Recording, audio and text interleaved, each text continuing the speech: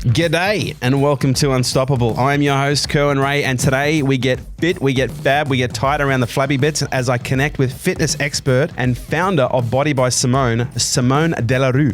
As well as growing one hell of a fitness empire, she's consistently named one of Hollywood's hottest fitness experts and trainers to the stars, having trained people such as Reese Witherspoon, Rosie Huntington, Chrissy Teigen, Jennifer Garner, and Robert De Niro and his family. This is an incredible episode, and whether you're interested in business or interested in fitness or just interested in women doing well, check it out, listen up, and get into this one. I am so excited to welcome Simone De La Rue of Body by Simone. Thank you for coming down. Thank you for having me. I got to tell you, when I did my research for this, I was really impressed. Like at first I was like, oh my God, Australian made good in the US. I was like, well, hang on. I did a bit more research. She's actually British Australian, made good in America. Yeah. Someone actually asked me yesterday, like, where are you from? And I was like, I was born in England. Okay. But I grew up in Australia. I moved to Australia when I was 2. Okay, right. And I was there until I was 18. And then I've lived all over the world since then. So I guess my parents, Australian. So I would say I am Australian. However, I have a strong connection with the UK. And obviously being born there. So I've got a British passport, which comes in handy. So you're a little bit of I'm a mutt, yeah. You're a mutt, but you're a bit of a spy. You're a little bit alien. Well, you have worked with Jennifer Garner. So she's probably given you all the insights. You've probably got more than 2 passports. Like, which passport shall I use? Yeah, right. Yeah. So tell me about your journey. For those people who don't know you, like you've trained with some of the biggest celebrities in the world, done incredible transformations, of body and also of mind and health. But what is the story? Where does this all begin? It began 7 years ago. I was a professional dancer from the age of 18. I did, in Australia and the UK, and then whereabouts in Australia were you based? So I grew up in Melbourne, and my very first show was Cats. When I was 18, straight out of the Victorian College of the Arts. White Cat. Yes. There we go. And I was very excited to do that role. But I had got to a point in my career as a dancer, especially. You have a use by date, and I hate to say that, especially as a female, but, I was auditioning up against, girls that were straight out of college, so 18-year-olds, and at the time I was 36. And I just wanted something that was more secure, more stability, something that I could be in control of. When you're a performer of any sort, you're always like hoping to be the person that, the casting agent is looking for, no matter how talented you are. So the highs and lows of that industry are really... The highs are highs and the lows are low. And I, as I said, I've done it for 18 years and I was ready to find another path. Okay. So you started professionally at 18? Yes. But you had been dancing since I was 3. Yeah, right. Yeah. Okay. And so you entered the world of professional dancing for 18 years. Mm-hmm. You had incredible successes. So you danced on Broadway. Yeah. You danced on the West End. The West End in London. Mm-hmm. So you've really done. I kind of ticked all the boxes that I wanted to do. So I was really at a point, where I was like, okay, I'm ready to move on. I'm ready to let this go, which is hard for dancers in particular because it's your life. That's all you know. So it's hard. I think it's hard for anyone who's been in a job, especially for 18 years, where you're in this job, you've surrendered a level of control in order to, work for the man, so to speak. Mm-hmm. But, normally on everyone's journey, they reach a point where something happens. There's some kind of a gestalt, a conniption, an event, a death, a birth, a tragedy, in some cases not. That changes people's perspectives, makes them reassess what was going on. What was your moment? Yeah, like, it was like an aha moment, I guess. Just being in the dressing room, I was like, "This is my dream to be on Broadway," and I was surrounded by all of these, females in the ensemble who are also on Broadway, and everyone was, complaining about what the next audition was going to be, or where, did you get that job, or did you? And I just thought, I just want to take the power back. Yeah, right. And it was a real moment of, okay, I'm gonna do this. Look, I'm fascinated by that because it is quite from what I've heard on the outside of having friends that are dancers, it can be quite insecure. It can be quite catty. It's not necessarily, look, I don't know. I'm speaking anecdotally, but is it necessarily the healthiest environment? Did you find? It has the stereotypes of, especially as females, as any dancer, there's always like weight issues and eating disorders, which are very toxic. And then, it can be competitive. But some of my best friends are still people that I made during my dancing days. You know, dancers are very open and expressive and loving and artistic. So I think, you know, I would say there is the stereotypical idea of what it is, like Black Swan, you know, that the movie, they painted the girls, you know, to hate one another and be so competitive. But there is elements of that, but, you know, in general. But it sounds like you left with grace. It's not like you broke your leg on stage. I was ready to go. Okay. And I remember I opened a bank account because I had to decide what was I going to call the business. So there's a couple of things all happening at the same time. But I was like, okay, what am I going to call this business? You know, that I wanted, this fitness business that I wanted to have. So I was actually sitting in the dressing room looking at a magazine. Had you calculated this on the lead up to this moment? Like, okay, maybe if I do something else, I'm going to get into fitness, or was it in this moment, right, I got to do something else? What am I going to do? Fitness. I think it's the path of least resistance for anyone who's been active, especially dancers, to go into fitness. Usually it's Pilates or yoga and for me, you know, I hate doing cardio. So I've always loved the fact that you can dance and get an incredible workout and stay slim and, you know, be relatively fit from it. So I thought, how can I actually do this and share this with other people and not have dance be an intimidation? Because so many people, as you said earlier, you said you can't dance. Well, I disagree because I would like to try and, you know, make you learn to love to move. You know, it's really, it's an expression. You know, we're not auditioning for Broadway right now. If I was make you to auditioning do for the it, Drunken then we'll be in Elephant for the trouble. next Lion King, I'm sure I'd But, you know, nail just it. like to feel comfortable in your body. And so I wanted to be able to share that with other people and for them to learn to love dance and not be intimidated by it. Okay, and so what happened next? You went and opened a check account? Yes, and also the name of the studio. So I'm looking through this magazine and I see hair by, you know, I see these celebrities and it says hair by so-and-so. Makeup by so-and-so, you know, styling by so-and-so. And I was like, well, who, you know, where's the body by? Who helped this person get in shape? And then I was like, Body by Simone. And so that's how the name, Such a great name was created. Yeah. Hence BBS. But so I got the name and then I remember I was still in the show, in the dressing room when I opened my bank account and I had the checkbook in front of me. And that for me was a visualization, like a real moment of, right, this is really happening and I have to make this happen now. Okay.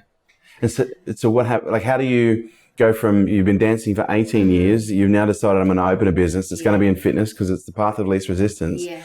How, with your experience, did you then decide you're going to commercialize that? Like, because like one of the biggest challenges I see when people follow their passion into business, they either end up becoming a charity and they just give what they give away because they don't know how to, you know, package it in a way where it can become commercial, or they often struggle to package it in a way where they can actually go, well, what is what I do worth and how do I actually sell it? So what was the journey like for you when it came to commercializing? Yeah, I think I started off as a private trainer. So I had so one-on-one? Yeah, a handful of clients. Okay. And then I got to a point where I was like having like 5 to 7 clients a day. So it's like 7 hours a day. I was like, how can I continue this? How were you marketing to get that many clients so quickly? It was just word of mouth. Right. So I managed to get in with someone and then they recommended me to someone and it was literally just a very close community of celebrities. Like when I actually tell the story, people like, you know, who my first few clients were, like that is just crazy. And I don't know, that's why I think luck or the universe or whatever interfered at that point to point me in that path.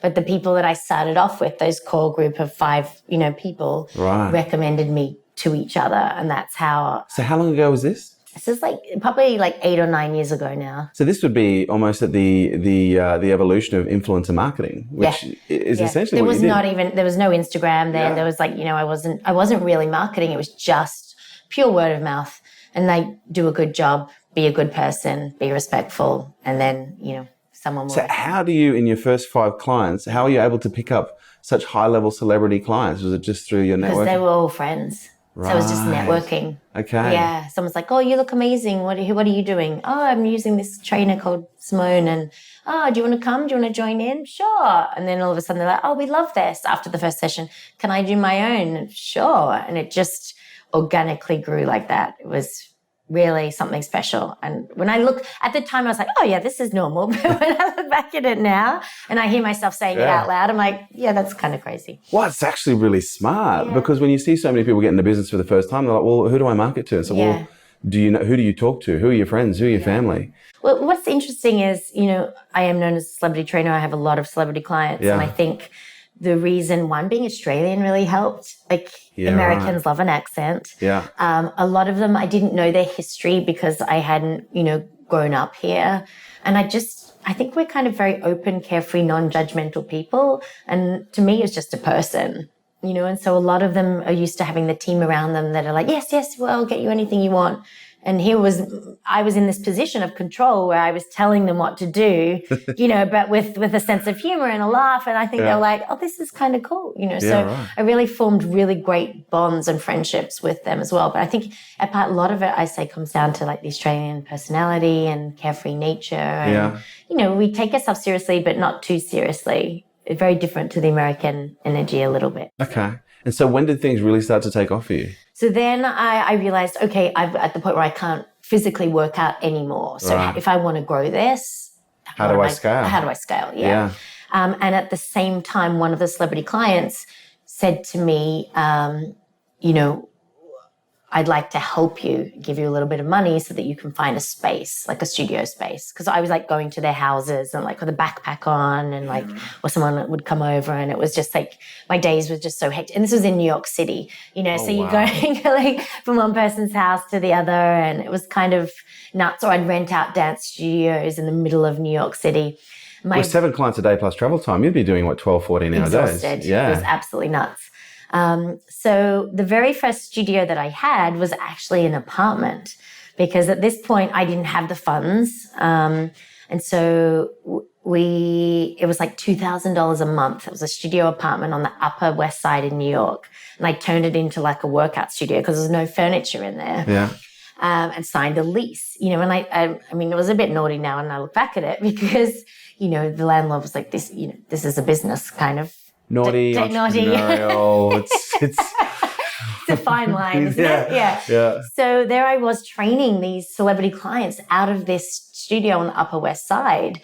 And so at one point we actually got caught because the neighbors, everyone was like, why is Sandra Bullock going up in one elevator and like the De Niro's coming down in another? And it was just one of those things that it was just like, so we got kicked out of there. So that's when, actually, Grace De Niro, Robert De Niro's wife, said to me, I believe in you. I want to help you. I'll give you a little bit of cash to try and open your first studio. Wow. So De Niro's actually invested in your early days. Yeah. Wow. We were silent partners. I had NDAs and all of that sort of stuff, but we've separated since then and moved on. And so I can, talk about it now, but. Well, that's fantastic. What a great way to get a start. I mean, come on, And so you got the investment and that's when you opened your first studio? Yes. So they gave me $80,000, which you think is a lot of money, but when rent in New York City and West Chelsea is $10,000 a month, and then a build out was $120,000 a month. So you've already started behind before you've begun. Yeah. So I was the receptionist, the manager, the toilet cleaner. I trained 7 hours a day. The bookkeeper. Everything, like learning how to use the mind body system on the computer, like just not honestly having a clue, really. And I laugh about it because the stereotype of being a little blonde dancer, I didn't come from money, I don't have a business degree, I wanted to dance. Was that or do psychology, and to be in this position now, I'm like. Well, you're kind of doing, but like I'm going to assume as a personal trainer, you're doing a little bit of both. Yeah, it's like my two worlds of met and gelled together. But yeah, I didn't know what I was doing. I remember my hand was quivering when I was signing the lease on the New York studio, thinking, how on earth, how am I going to pay this? Like, how am I going to do this? And I realized at that point, I needed to, 1, hire another staff member, and 2, open up to group classes, because what you could do in your time frame of a one-on-one session, to earn whatever $150 it was, if you could have 30 people in a room paying $35, you're maxing out that way. So what my business model started off as private training. Yeah. And then there was that aha moment of I physically can't do all of this, and I have to then train those other trainers to train. And so then I opened it up to group classes, and I slowly pulled in a couple of friends who were dancers who were like, oh, a show on Broadway's finished, or can you help me out? And so at the very beginning, it was a hub for dancers, unemployed dancers. So they would come and take class, or they would come and like become a trainer. And you just had an endless supply of trainers. Yeah, exactly. I was just going through my Teledeck going, who can I get next? It's interesting. You talked about your love for psychology. I'm curious, is this something that you have pursued, outside of dance? Like you've got a genuine interest in development? Yeah. So my mum's a psychologist. I was brought up with that kind of thinking. Okay. As a child, it was like, let's get in touch with this anger. Where's this anger coming from? Rather than, scolding or me screaming or anything like that. So she was one of the good ones. Yes. She's incredible. So I actually deferred from university, Melbourne Uni, to do, to dance because I got into the Victorian College of the Arts or Melbourne Uni. So Melbourne Uni was to do psychology and Victorian College of the Arts was obviously to be a dancer, performer. And so I was like, oh God, what do I do? And I thought, well, I can always come back to psychology and it's probably better to have life experience. Yeah. But you can only, often dance when you're younger. So that was a choice then. So how much of a level, what's your level of self-awareness around your own thought processes? Like, I'm really curious to know, like, if you're, because some people, they act in many cases indiscriminately, unaware of the story that's going on in their head that either is what's driving them through the obstacle or that's holding them back from that. Yeah. Like, I'm curious to know, like, what's your relationship with your own psychology? Pretty good, I would say. Yeah, I operate very much on instinct. Okay. So if you ask me as a businesswoman, it's not from thought or mind, it's from instinct and gut and feeling. How important is instinct, like intuition? 100%. Gut? Yeah, right. 100%. Every decision I make is all on instinct. And how do you feel instinct? Like, does it come to you in voices, sensations, feelings, temperature? Yeah, I do a lot of positive affirmations. Okay. I visualize things and then they happen. But I just get the feeling, like, without sounding too much of a spiritual crazy person, but you're in good company. Yeah. You feel the energy. You feel the energy between people. You feel the energy, like, when I'm looking for space, for studio space, as soon as I walk into the space, I know yes or no immediately if that's the right space. So it's just based off, what feels right. Yeah. So you start to scale, you start to bring in other trainers, but you still only got your first studio at this point. Yes. Yeah. Okay, so what happens next? So was scaling easy? Because all of a sudden it's you can control you. Yeah. I get the sense you're a mild-mannered control freak, which is very entrepreneurial, so don't feel bad. You're in good company again. But one of the things that, I discover, everyone's scaling journey is different, but so many people find it really difficult to let go. Yeah. And there's a real psychology to that as well. Yeah. And as a result, they sometimes make these mistakes that they wouldn't have made if they were a little bit more surrendered to the process of, really scaling. Yeah. Like, was your scaling journey something that was quite easy? Did it come quite natural, or was it full of challenges when it came to the recruitment and quality assurance, that kind of thing? Yeah, I mean, quality assurance was great because I was in New York City, so the quality of trainers there were, world class. Cream of the crop. Yeah, it was very much oh gosh, we need more people. Who can we find? And it was like a community outreach at that point.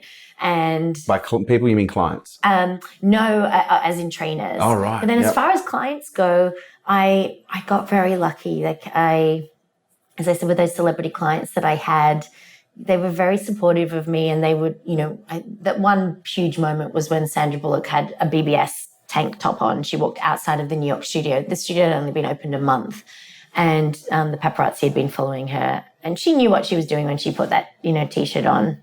And so then it just went everywhere. It's like Daily Mail, like all of the places that pick up those stories.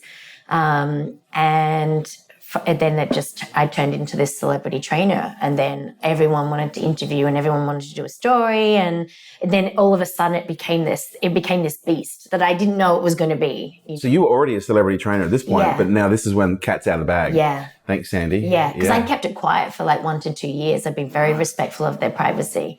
And then, the cat's out of the bag. And then, it's a funny world. Like, once one of them finds out that someone's doing something, everyone wants to be in on it. Yeah. So then the phone just didn't stop ringing. It was like, really.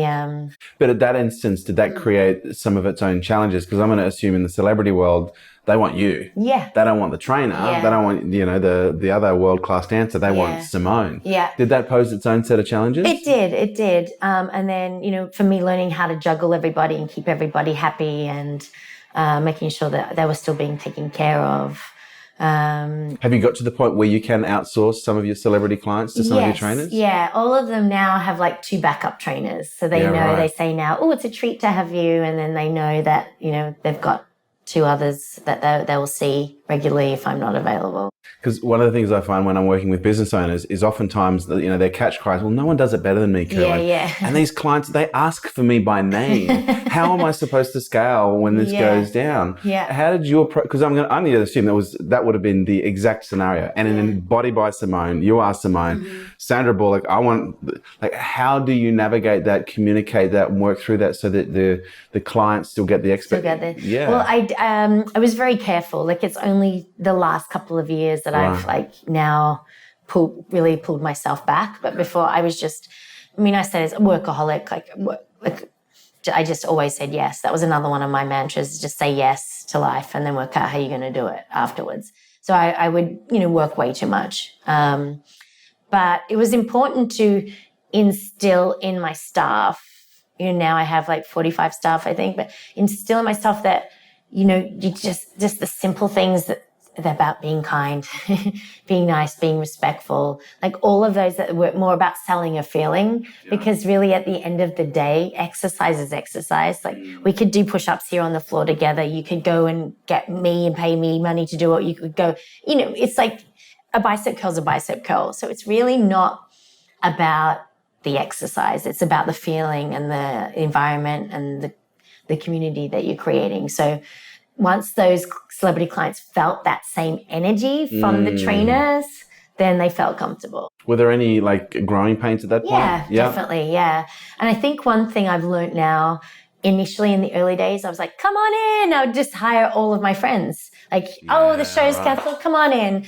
And it just got to a really awkward point, because then it's how do they define who is the boss one day, and then we're going out for dinner the next day, or, they're telling me about their husbands, or, so it was a very fine line. So now, as of 3 or 4 years ago, I made a rule, no friends, no personal connection with anyone that I work with or works for me. Wow. So how do you maintain a level of trust that builds a strong culture without a personal connection? Or I'm going to assume it's not no personal connection. I'm going to say it's moderated. Moderated, yeah. But I think, people have to want to work for someone that they believe in, or someone that they are inspired by, or someone that they truly think is a nice person. And so that goes back to, again, my thing of just being kind, being kind to yourself. It's a good mantra, be kind.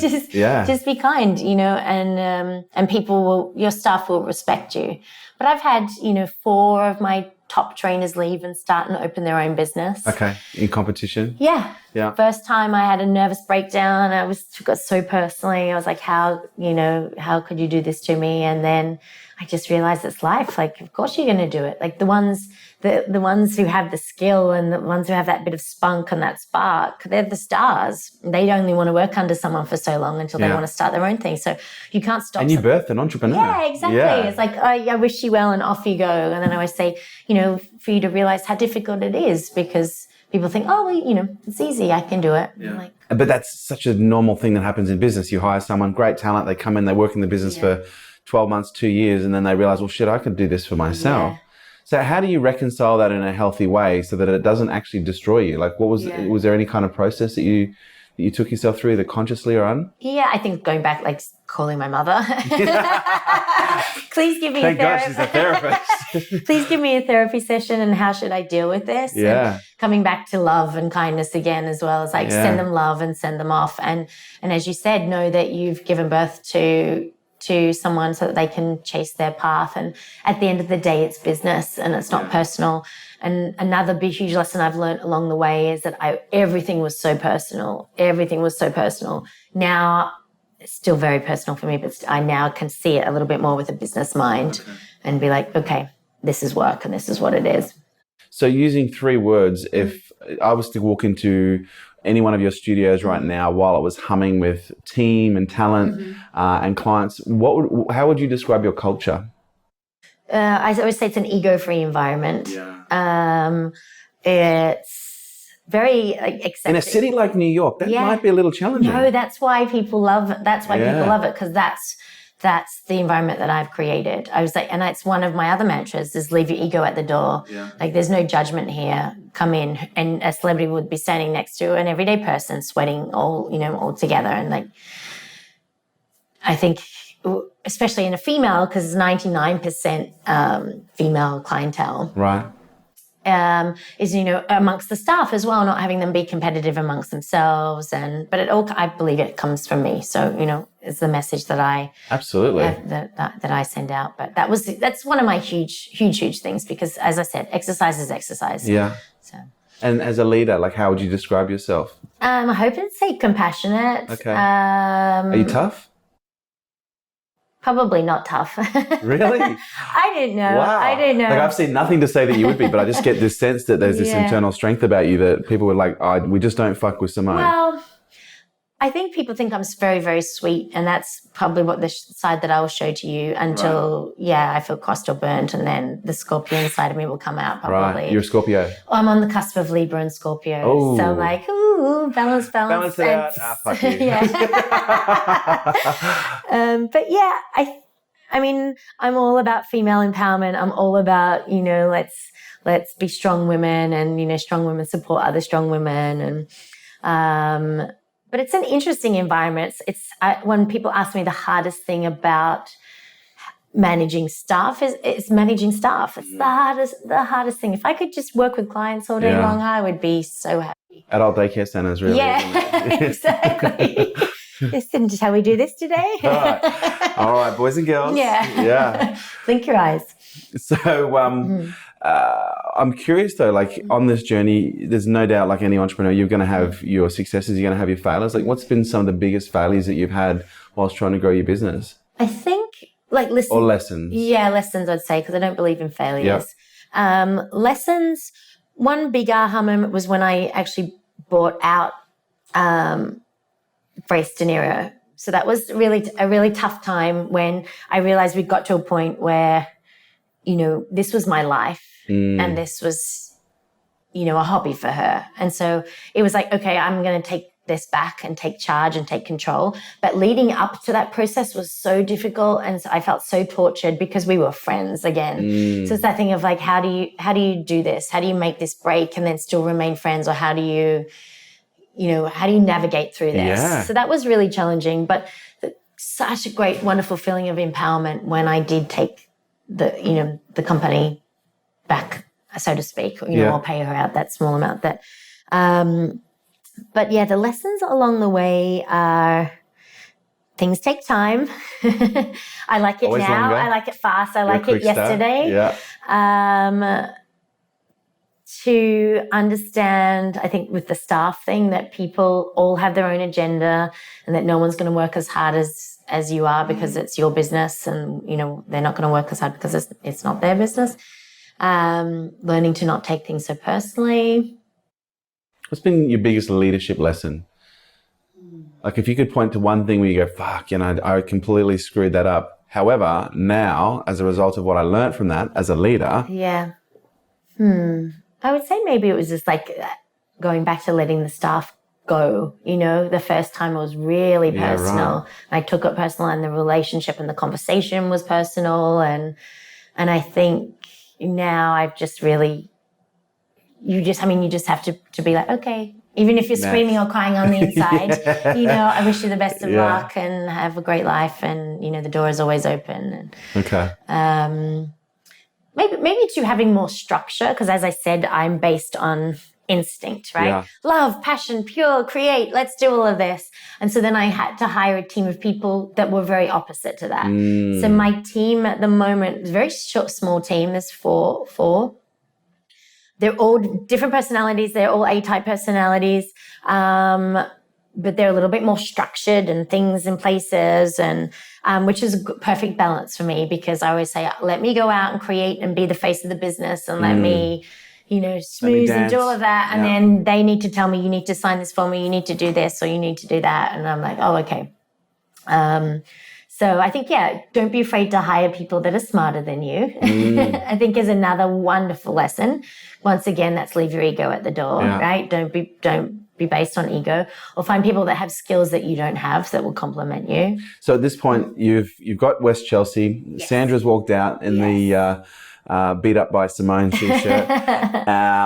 It goes nuts. Yes. And then what happens? Then I find myself traveling back and forward to LA. Right. Was that just the Hollywood demand? Hollywood demand. And like at the time, not so much now, but all the movies, obviously are made here. So I would come out and help people for movie roles. That was my thing, because I worked with her on Gravity and got her ready for Gravity. Yeah, right. So then it switched to working specifically with them for movie roles. And so LA is the place where everybody lives. So I literally was flying back and forth constantly. And I was like, this is exhausting. And also there's a need. There's a need for a business here. So I started looking for space. I was like, once again, where will I be? And it's like West Hollywood, because it's young. You're going to get the actors, but then you're also going to get the stylists and the makeup artists that work with the actors. Right. So it was like that young, community. So I was like, that's it. I'm going to have a studio here.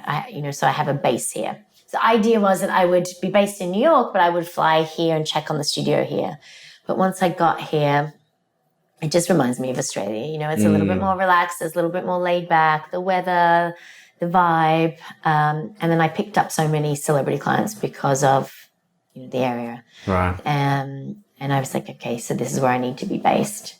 So West Hollywood came 2 years later after West Chelsea. And then 2 years after that came Brentwood. Okay.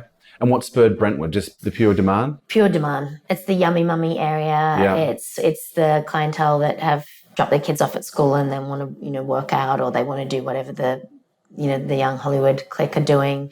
So it was just a perfect area. I'd started doing pop-ups, which is another wonderful business piece of advice. So I would say to anyone who's trying to start a business and doesn't know what to do or where to go, just start doing pop-ups, pop-up stores, pop-up classes, whatever it is, to test the market of the area. Yeah.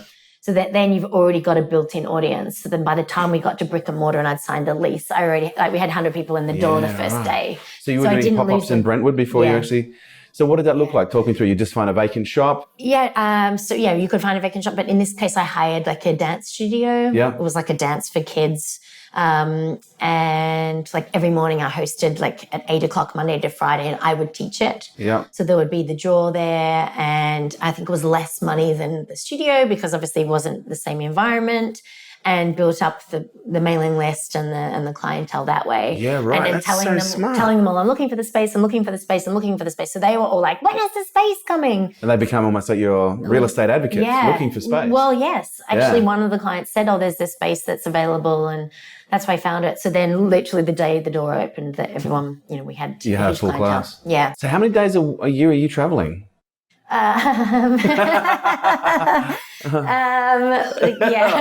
Discomfort pending. Yeah. I mean, in between Los Angeles, New York and London, I probably do like a loop once a month. So right. Yeah. Okay. So you're quite busy. Yeah. So commercialization, one of the things that I think a lot of people struggle with, especially when they are translating a passion into a business, is how do I charge for what I do? Yeah. You've done incredibly well. You've scaled from the one-man band into, okay, I'm going to get trainers and we're going to have, bigger, what size are your classes? Like 30 people. 30 people. Mm-hmm. So it's still nice and intimate. Mm-hmm. But how did you go about pricing this? Because I'm going to assume like dance exercise, although it's nothing necessarily new, the way you were doing it was quite new. Yeah, at the time. So what models did you use to go, well, this is how much I'm going to charge, this is how I'm going to package it, these are the packages I'm going to put together. Where did your inspiration come from? So once again, people were trying to tell me or give me advice that I should do a membership. It should be like a gym, a membership. And I didn't want to do that because I thought me personally, you know, before I wanted to do yoga on a Monday, dance on a Tuesday, something else on a Wednesday. But, you know, I wanted to give people the freedom. And it's crazy when you actually, it's a psychological thing, when you give people the freedom that they know they're not locked into something, then they actually do the reverse. And then they're like, I'll buy a 10-pack of classes. I'll buy the unlimited classes when they know that they're not locked into a membership. That's from my experience. Yeah, right. So I went the opposite. So the other like competitors were doing membership based, and I was doing drop-in. And so I based the price on the competitive price of the other drop-in classes. But like with the private training, you would say, okay, if you wanted to purchase a single private training session, it's this much. But if you buy a pack of 10, the price drops down. So, you know, most people are buying those packs of 10. Or in the class situation, they're buying unlimited classes.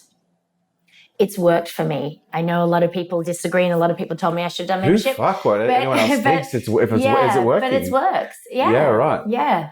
And have you innovated that pricing model at all?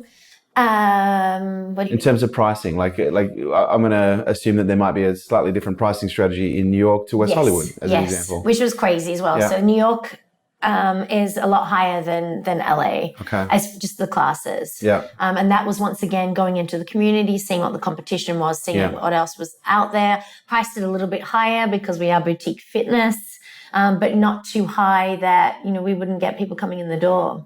And so how do you market now? Like, are you still one of those businesses that has such strong celebrity brand appeal? You've still got, you know, I was looking at your Instagram feed, you're still training with Jen. Yeah. You know, you're still training with a lot of the great celebrities. Yeah. Is that like, are you so well hooked in with the influencers now that marketing is something you don't have to think about? Or do you actively produce or execute a marketing campaign for every studio that you open? So now that was another choice along the way, that I was always the studios. Right. It was always Body by Simone and the studios.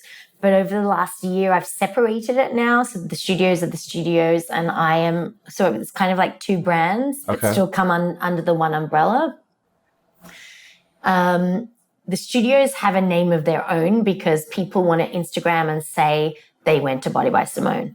It's like, I went to Alfred's Coffee, or I stayed at Beverly Hills Hotel. You know, like people want to say that they came to that. So it's fascinating to me because when I started, Instagram had just really started, and but now it's my only marketing tool. I market purely off Instagram, a little bit off Facebook. Right. And now in the studios, we have a mailing list. So we will send out like newsletters and emails and stuff like that.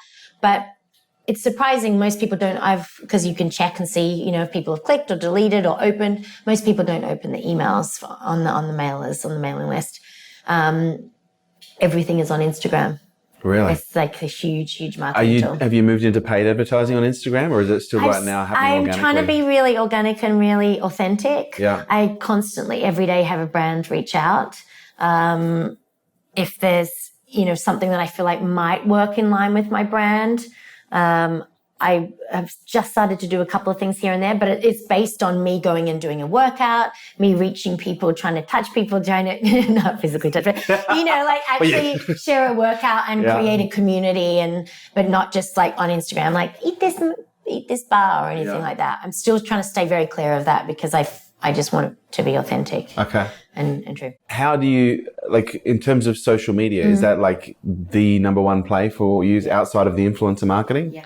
Okay. And what's interesting is your clients are doing, again, the most of the marketing for you because you're such a brand that people want to be associated with you now just by, you know, even showing up in your shop. Yeah, it makes me laugh because I was speaking to the manager of the West Hollywood studio.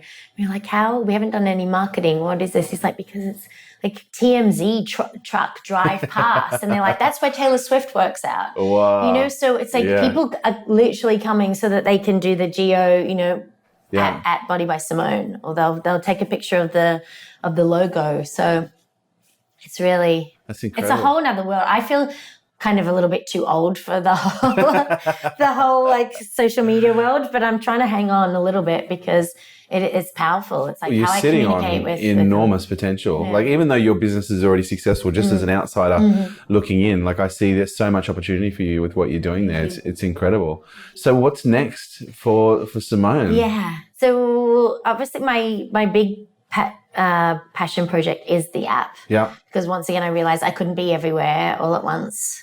So it's another scaling down or another business model of how I can try and reach as many people as possible.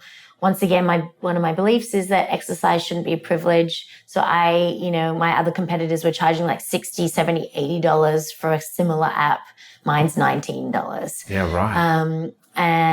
I like partnered up with a celebrity nutritionist because no one has done food and exercise together. Right. So I was like, that's a little, niche or whatever in the market that hasn't been tapped into yet. So it's like the dream team, the Hollywood dream team coming together to produce this.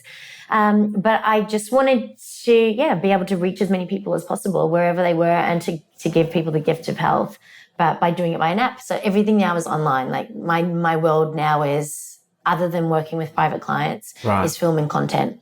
Is that right? Constantly filming content. For the app. For the app. Right. Yeah. And I also I'm a big believer in giving away free content as well. Like not enough where you're going to dilute the brand, but enough that people can get a taste for it and be like, oh, I love this. I want to keep doing this. Because it's fascinating sometimes. I did this workout for Sweaty Betty. It was like 7 or 8 years ago. I was like, not in the mood to do it. It was for free. It was like this thing. I was like, I'll just do this workout. It has like millions and millions of views. It's like one of the most popular DVDs I've ever done. Right. And it's free. And it's out there and people are like, we loved it. This is how we know about you. And still people will say to me, oh, we know about this because of, this video. So the importance of putting out free content for people. Have you discovered that you could literally film an entire workout for someone, put it on YouTube for free, they'll watch it, they'll love it, but they'll still come to your studio and pay you to do the same workout? Yeah. Because you still miss that in-person feeling. Because a lot of my clients, I'll say to them, use the app while I'm away, or if you can't. No, they're like, it's not the same. It's not the same. Yeah. So I think you'll never beat that human connection. But it's a really good distinction, because I think one of the things that prevents a lot of businesses giving away free content is like, well, if I give them everything they need, then they're not going to need me anymore. Yeah. It's like, well, no, it just doesn't work that way. It actually builds the demand. It builds exactly. It builds the demand. So the app is definitely like my focus. And I think I've learned so much along the way. Every time I speak to someone about their app story, it's because the frustrating thing is, and you said before, am I a control freak? Yes, I am an absolute control freak. And this is something I can't have control over because all of my content, everything I've done is precision, perfect. I'm signed off on it. But the technology side, I can't do anything with. So I, of course, am CC'd in all the app support emails because I'm a control freak. So when I see people write in and say, oh, it's frozen or it's this, and I'm like, I take it personally and I get very upset. So it's like learning to go, it's technology. I can't do anything about this. Let it go, let it go, let it go. Learning how to communicate with programmers and developers who speak their own language. Yes, because I'm like, that's another language to me. I don't know what you're talking about. So the app is going to be the next big thing for Body by Simone? The London studio. Okay. Have you got plans for more studios around the world as well? Yeah, I think. Are they quite high maintenance in terms of the return that they give you? Yeah. So brick and mortar are never really, you make money off it, but it's not a huge income. I always say it's like the Fifth Avenue store. It's like, look at me, I have this.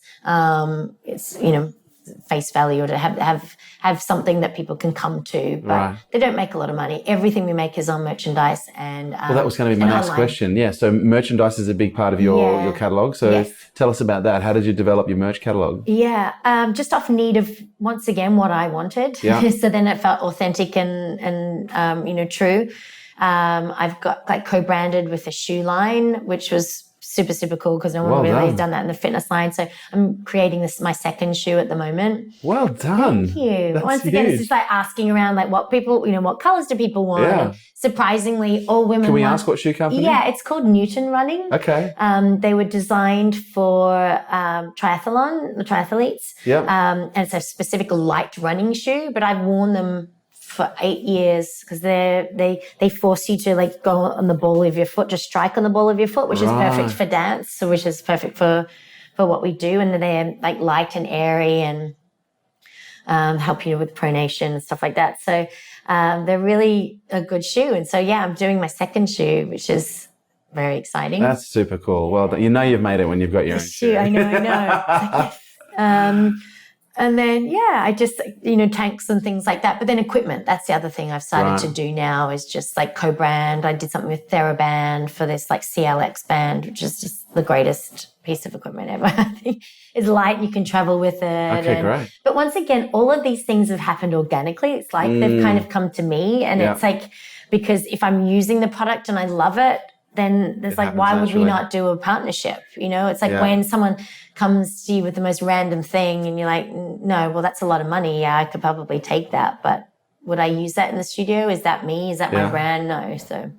So one thing that a lot of people building businesses often struggle with is balance, you know, because, you know, a lot of entrepreneurs, we're so obsessed about building our business, we forget that, oh shit, you know, I've got a boyfriend, a girlfriend, a wife, a husband, a kid, you know, family. I'm going to assume I actually did hire a dancer as a team member a couple of years ago. And one of the things that was very appealing about hiring her was the discipline. Yeah. Enormous levels of discipline, enormous, you know, incredibly high levels of work ethic, which is a testament, I'm going to assume, to a lot of the success that you've created, because you know how to work hard. You know how to basically get in and do the hard yards. But, you know, my sense is, like many other entrepreneurs, you know, you've got that control element to you. You're a little bit obsessive, perhaps. I'm not a psychic, maybe a little one. But I'm curious, how do you balance that? How do you balance that in a way where you're not just keeping everyone healthy and happy, clients healthy and happy, you know, team members healthy and happy, but, you know, how do you keep you healthy and happy? You know, training 7 hours a day and, you know, trying to maintain relationships as well. Yeah. It's very challenging, I have to say. I was married, and strangely enough, we separated as I was starting the business. Wow. And I think it was a blessing, because I put my 100% energy and everything into building Body by Simone. I didn't have any distractions whatsoever. And I don't think if I had been in that marriage, would I have had the success of being able to do that. Yeah, right. That's very honest. Yeah. So it was my love. It was my child. It was my, you know, my everything. And then I have a partner now. We've been together for 3 years, but he lives in the UK. Right, London studio makes a lot more sense now. London studio makes more sense, which is also very. And my mum's in Australia, and my best friend is in France, and so I was like, and I'm an only child, right? So, like, mum said to me the other day, she was like, "Why have you created this world when you're such a loving and, you know, my relationships are so important to me, but all of your relationships are away from you." You know, and so it's like I have this ability to be very present, which I think is a wonderful thing, but it also is a detriment, because right now, right here, I'm here with you and I'm present, and I'm, you know, when I'm in my relationship and I'm in the UK, I'm present and I'm there with him, or if I'm in Australia, I'm present, I'm there with her. But then I'm here and I would like, a couple of hours, and I don't think about those things because I'm just... You're here. Yeah. So... I don't know. There's good points and bad points to that. How do I keep balance? I sleep a lot. That is one of my major things that I do. I'm in bed at 9 o'clock every night. I'm up at 5. So I have a strict schedule. So I get, you know, my 8 to 9 hours of sleep. I meditate a lot. Is meditation a daily practice for you? Okay. What style of meditation? Just literally just sit there and still. hum. Yeah. Just trying to keep still, like quieten out the noise. Yeah. I try and do a little bit of yoga when I can.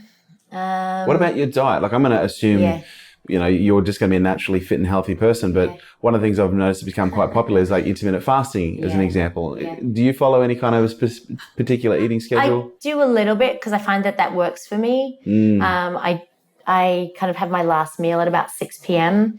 And then my first workout is 6 a.m. So I don't usually eat until like 8 or 9. Okay. So then there's that, you know, over 12 hours. Yep. I just find that it works for me personally. It's funny. I do eat really, really well. However, I have a sweet tooth and I can eat chocolate for breakfast, or you know, for me, smash it's a pack of Tim Tams. Yeah, exactly. Mum just sent me some mint slices. So I've got some. Thanks, Mum.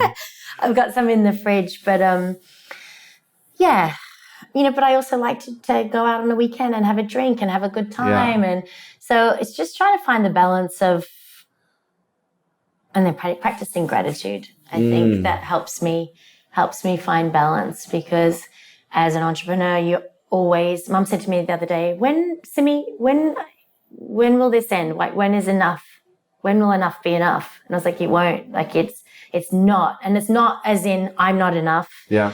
But it's like I have this thirst and this need and I just want to create and be inspiring. And so that will never go away. So if you're trying to ask me for that to go, it won't. But more and more now I'm learning, okay, the balance is practice gratitude, be grateful for what you have, be grateful to sit here actually with you now and talk about like the past 7 years and go, holy shit, like this little girl from Aspendale, you know, in Melbourne, Australia, who came from a single mom and didn't, you know, had no money, and here I am now, you know. That makes me emotional. No, it's great. I was brought up by a single mum as well, and you've done her proud. Do you also think perhaps balance for people like, and I identify a lot with what you're saying, but for entrepreneurs, people like us, do you think balance is one of those things that is in fact a myth? Like, is it something that, like, because I'll share my perspective first. One of the things that I've learned for me personally is balance is a bit of a myth. Yeah. And I'm never going to achieve complete balance. I'm just going to be constantly running from one spinning plate to the next spinning plate. Yeah. And every now and then one of those plates falls down and I have to glue it back together again and then start spinning it. Yeah. But I think a lot of entrepreneurs, they really get quite wound up and thinking, I've got to have balance. I've got to be able to eat. I've got to be able to train. I've got to be able to work. I've got to have a healthy mind. I've got to have health. And, you know, I see a lot of people fragmenting themselves and never really getting anywhere because they can't knuckle down for 10 hours on this and perhaps ignore some of these priorities over there. Like, do you subscribe to the perspective that perhaps balance is a little bit of a myth that is sometimes chased in an unhealthy way? Yeah. Yeah. Well, there's the idea of what balance is. Yeah.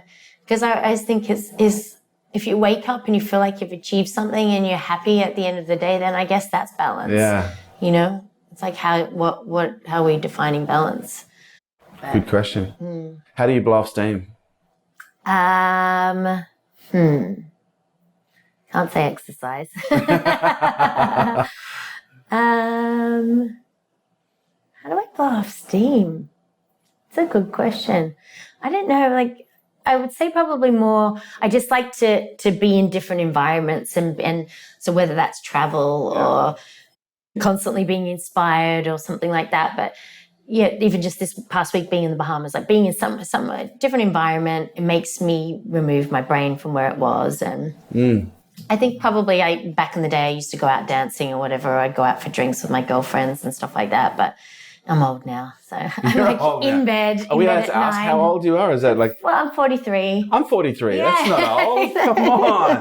You've been sitting there the whole interview calling me old, and I didn't even realize. Wow, that's offensive. Best piece of business advice you've ever received? Yeah, just don't. I mean, hear people's opinions, listen to people's opinions, but always go with your gut. Yeah. Like follow your instinct. And that's literally what I've always done. I think, you know, people can tell you a million things and it's really great. And it's really good to listen. Listen more than you talk, right? Listen more than you talk. Sit and listen, and then just weigh everything up. But at the end of the day, especially if it's your business, no one's going to know your business like you do. So if it feels, you know, right or wrong, then listen to that. Because if you are operating from a place of pure passion, you know, that's driving you to the success, then you know the answer. People have great advice, and that's really good, and listen to that. But deep down, you know the answer. Worst piece of business advice you've ever received? Sell out. I've had a lot of people. It's an interesting thing. Recently, I've had so many people come to invest in me. Yeah. And you know, I own like 80% or something of my own company, which is pretty awesome considering like I've put this all together with hardly any funds whatsoever and haven't sold out. So part of me is so excited and wanting to take that next step. Another part of me is terrified because you're going to lose, you know, Control. Yeah. So I think don't sell out too soon. Like the longer you can push it, and use funds from yourself to create, then it's yours rather than in the early days go, someone's offering me all this money, I'll take it. And then you're always going to have to answer to this person. You're always going to have part of the vision of this person. So I think, don't sell out. Who's been the most influential person in your life today? Business-wise, I'd probably say he's my attorney / Wow. I call him his name's Nicholas, but I call him St. Nicholas. He's like my mentor. He has just been incredible along the journey since I began. Yeah. And just given me really great advice once again, never swayed my decisions on anything. And I just trust him. So business-wise, I would say it would definitely be St. Nicholas. And then personally, obviously, be my mother. And then, my close friends and loved ones. What is the one piece of advice, if you could give anyone who's in business right now? Let's just imagine that there's a 25-year-old girl out there somewhere who loves what she does. She's very passionate about what she does.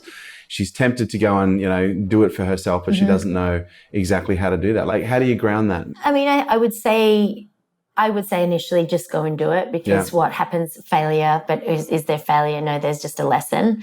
Right? What's the worst case scenario? Okay, you're going to lose some money or you're going to lose some friends along the way. But I'd much rather you live your life knowing that you tried than saying, oh, well, I was too scared or I lived. Don't ever base a decision on fear.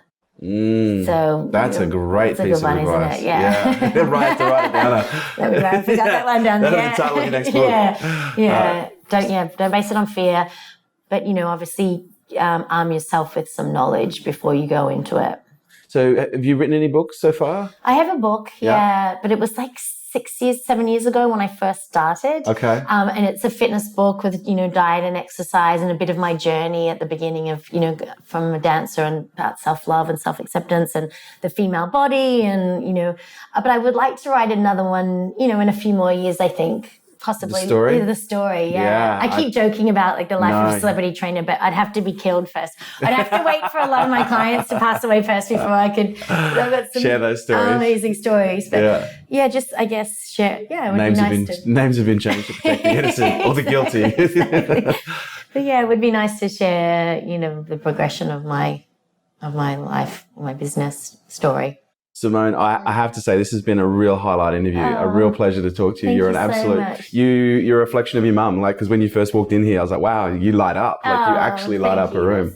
So for people who want to find out more about you and connect more with you, either on the fitness journey or the life journey, like, how can they find you? So anything is at my website, which is www.bodybysimone.com. You can follow me on Instagram at bodybysimone, Facebook as Simone De La Rue, Instagram is Twitter is Body by Simone, Studios. You can find out all that information. And app is in the App Store under Body by Simone. Now, I've got one other question. I was like, De La Rue? Yes. Are you French? So Or is this a branding? No, it's my stepfather's name. So my mum remarried, and to make it easier, when I was going to school, we, took on his name. But I say thank you to Ross. It's a wonderful gift that he gave me, because everyone's like, is that a stage name? Especially when I started in theatre, they were like, and my middle name's Nicole, so it's like Simone Nicole De La Rue. People are like, that can't be a real name. I'm like, it is. It is. Yeah. Yeah. So it is. It's my real name, which is cool. Congratulations on all your success. Thank you so much. Very hard, and I know you've worked very hard to get where you are, which is evident. And I look forward to speaking with you again soon. Thank you so much for coming in. Thank you for having me. No, you got it. There you have it, guys. Thanks for tuning in to Unstoppable with me, your host, Kerwin Ray. And do me a favor, don't forget to drop me a review on iTunes. Would love to hear what you think. I love reading what you guys have to say. And your reviews make sure we keep creating killer content just like this. If you want to stay up to date with me and all my movements, please jump onto the website, kerwinray.com. And also check us out on social media at Kerwin Ray.